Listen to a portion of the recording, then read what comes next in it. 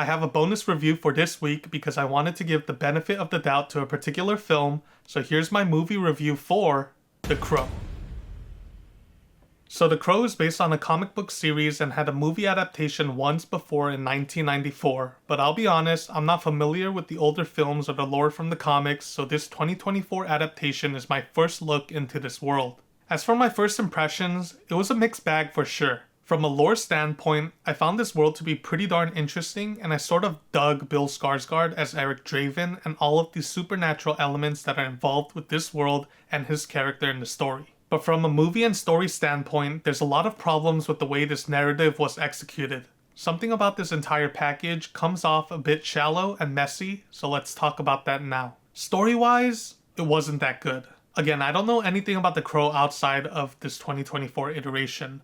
I also don't know if this film executed its narrative one-to-one with the way it's done in the comics. But I have a gut feeling that this film strays from the written path quite a bit in terms of the tone and the execution for pivotal moments. There's something very bare bones with the narrative we're given here that left me feeling unsatisfied at many different points in the story. Also, the execution of the main love relationship between Eric and Shelley felt kind of shallow. There were some good moments between them in certain segments, but as a whole, I didn't really get the best sense that this is the ride or die relationship for the both of them. There's also lots of interesting lore moments in regards to how Eric becomes the Crow, yet this film frustratingly never dwells deeper than it needs to for these pivotal segments. Rather, the answer we all see are all very surface level, so you just end up getting a bare understanding of why and how he gets these supernatural powers. The more I think about it, the more I feel as if this overall narrative generally focuses on all the wrong stuff during a good chunk of this 1 hour 51 minute runtime.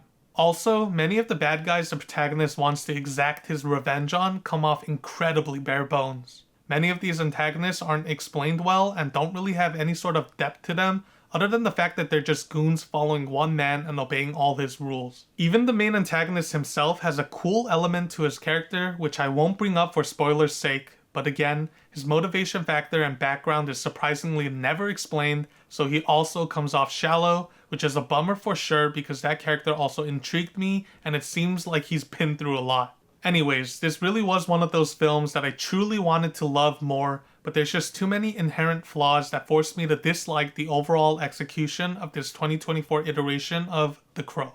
So my final score is 6 out of 10. I know I talked mostly about the negatives, so let me bring up some positives. Bill Skarsgård did a solid job as Eric Draven, the cinematography was awesome at times, and there's 2 action sequences that I thoroughly enjoyed here. But yeah, all in all, I don't know. I wouldn't say I wasted my time watching this at the theaters. It was more so I was incredibly disappointed that it didn't live up to the expectations of this very interesting world and lore these characters live in. I still believe if you really do want to watch this film, it's the bare minimum of being a good one-time watch experience. Unless, of course, you know The Crow well through the 1994 iteration or the comics, then my gut feeling tells me that this film will probably disappoint you. Anyways, thanks for checking this review out. I hope to see you again in future reviews that I upload, but until then, peace.